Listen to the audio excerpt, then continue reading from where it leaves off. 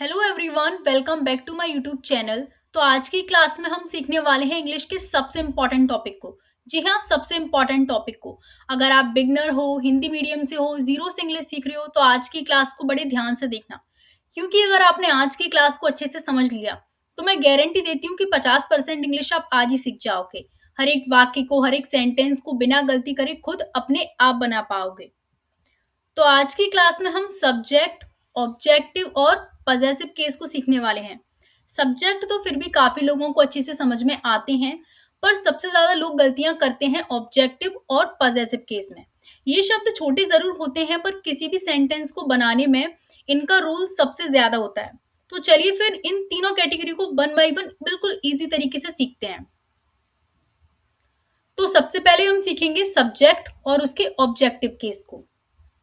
Subject वाक्य की शुरुआत में आता है जो वाक्य में काम करता है।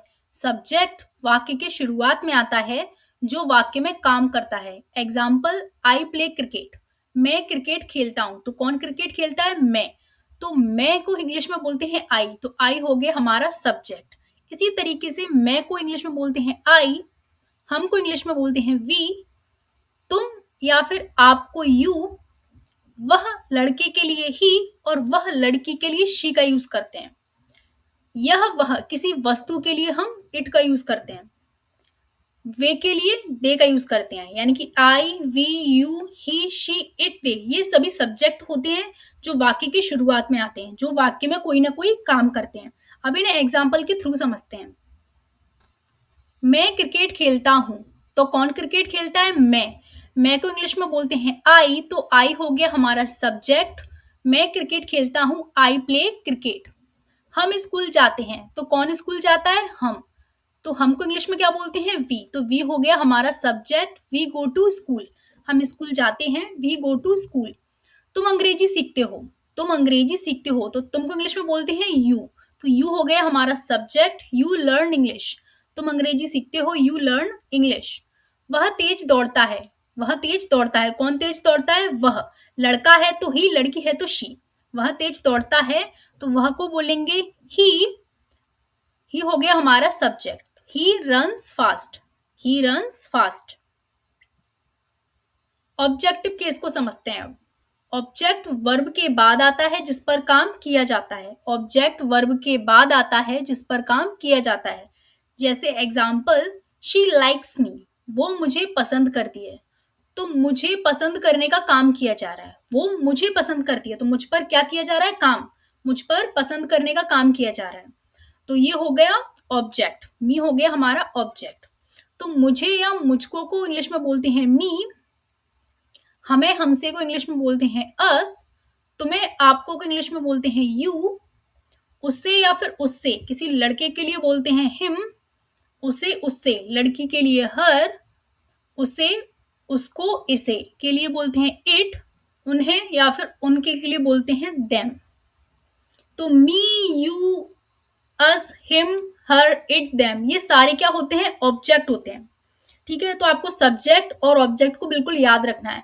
थोड़ी बहुत इनमें कंफ्यूजन हमेशा होती है, जब हम शुरुआत में कुछ भी नया सीखते हैं तो कभी समझ में नहीं आता, पर जैसे जैसे हम एक दो बार प्रैक्टिस करते हैं सारी चीजें क्लियर हो जाती हैं। ठीक है, तो चलिए फिर इन्हें भी एग्जाम्पल के थ्रू समझते हैं। वह मुझसे प्यार करता है। तो वह मुझसे प्यार करता है, वह को इंग्लिश में बोलते हैं ही, मुझसे को इंग्लिश में क्या बोलते हैं? मी। और प्यार करता है की इंग्लिश हो गई लव्स, तो लव्स हो गई हमारी वर्ब। तो ही लव्स मी, वह मुझसे प्यार करता है, ही लव्स मी। वह हमारी मदद करती है। वह हमारी मदद करती है, तो वह को इंग्लिश में बोलते हैं शी, हमारी के लिए बोलते हैं अस, और वर्ब हो गई हेल्प्स, तो शी हेल्प्स अस। मैं तुम्हें पसंद करता हूँ। मैं को बोलते हैं आई, तुम्हें को बोलते हैं यू। पसंद करता हूँ की इंग्लिश हो गई लाइक, तो मैं तुम्हें पसंद करता हूँ, आई लाइक यू। मैं उसे जानता हूँ, आई नो हिम। मैं को बोलेंगे आई, उसे को बोलेंगे हिम, जानता हूं की इंग्लिश हो गई नो, तो मैं उसे जानता हूं, आई नो हिम। अब हम इनका एक छोटा सा क्विक रिवीजन कर लेते हैं। देखो, सब्जेक्ट वो होता है जो वाक्य में काम करता है, जो वाक्य की शुरुआत में आता है, जो वाक्य में काम करता है, उसे कहते हैं सब्जेक्ट। और जिस पर काम किया जाता है उसे बोलते हैं ऑब्जेक्ट। ठीक है, तो आई का होता है मी, वी का होता है अस, यू का होता है यू, ही का होता है हिम, शी का होता है हर, इट का होता है इट और दे का होता है देम। आपको इन्हें इसी तरीके से याद करना है कि सब्जेक्ट जो काम करता है और ऑब्जेक्ट जिस पर काम किया जाता है। अब हम सीखते हैं पजेसिव को। पजेसिव टू टाइप के होते हैं, पजेसिव डिटरमाइनर और पजेसिव प्रोनाउन। पजेसिव का मतलब होता है किसी चीज पर अधिकार या ओनरशिप, जैसे ये मेरा है, वो तुम्हारा है, ये उसका है। किसी चीज पर अधिकार या ओनरशिप को बताता है। तो सबसे पहले हम पजेसिव डिटरमाइनर को सीखेंगे। पजेसिव डिटरमाइनर हमेशा नाउन के साथ आता है। पजेसिव डिटरमाइनर हमेशा नाउन के साथ आता है। Example, this is my book, ये हम मेरी बुक है, तो माई के बाद आ गया बुक, तो मतलब my, your, our, his, her, its, their, इन सभी के बाद आपको किसी चीज का नाम जरूर देखने को मिलेगा, यानी कि नाउन जरूर देखने को मिलेगा। This is my book, this is my chair, this is my copy. तो माई, योर, अवर, इन सब के बाद आपको क्या देखने को मिलेगा? नाउन, यानी कि किसी चीज का नाम।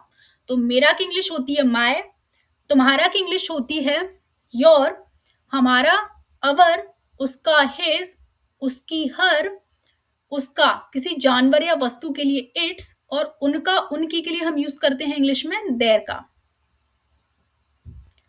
अब हम सीखते हैं पजेसिव प्रोनाउन को। पजेसिव प्रोनाउन नाउन के बिना आता है।